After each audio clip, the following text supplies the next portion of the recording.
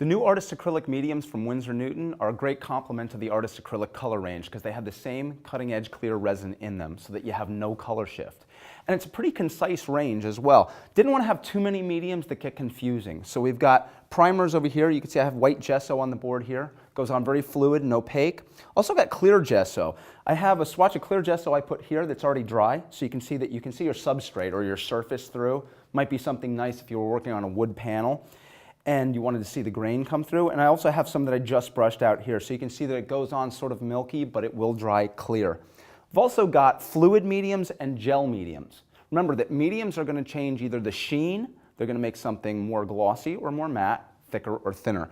So the fluid mediums, both matte and gloss, you can see go on here, very, very fluid. I can really thin out my paint and get it to flow really, really far.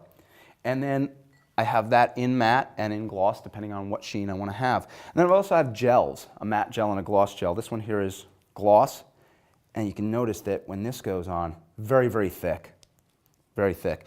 The color, Artist Acrylic color, has a bit of a heavy body to it, but if I want to extend that and I want thick impasto brush marks, you can see how that just kind of clings to my brush right there, and I can make very, very big, thick textural marks in there.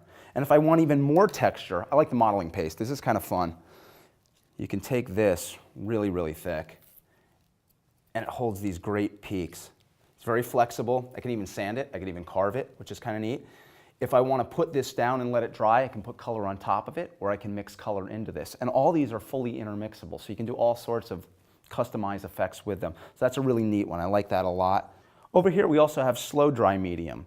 Now, if you want to get your paint to be a little bit more slow drying, like an oil paint, for instance, you can add this to a 1-to-1 ratio to your paint. And it doesn't have an acrylic binder in it. So you want to make sure that you don't go over that 1-to-1 ratio, and it'll slow down the drying rate by 50%, give you a lot of time to blend. And over here, let's say you want to do the opposite. You want to make your acrylic paint more like watercolor. This is really nice. The flow improver, you add 10% of that, no more than 10% because it also doesn't have a binder, to water, and then use that as your medium. Get it to really flow beautifully like watercolor. So that's a great versatility of acrylics. And then over here we have varnishes. We've got a matte varnish, a satin varnish, and a gloss varnish. Depending on what sheen you want, what you like for your paintings, you want to protect them from dirt, dust, surface abrasion, and things like that. And let's say the painting does get a nick in it or something later on, got a varnish remover as well. So you can take that off and re-varnish. And then the back of the labels, important. Check out the back of the labels, check out your paint labels. Lots of good information. Lets you know whether the medium or the varnish is opaque, transparent, gloss or matte, fast dry, slow dry, thick or thin. And then finally our brushes. Artist Acrylic brushes, black and white. Just like the tube colors, just like the mediums and varnishes. That way, with this wide variety of things that you want to purchase for making paintings, across all of this, you can tie it in with the colors.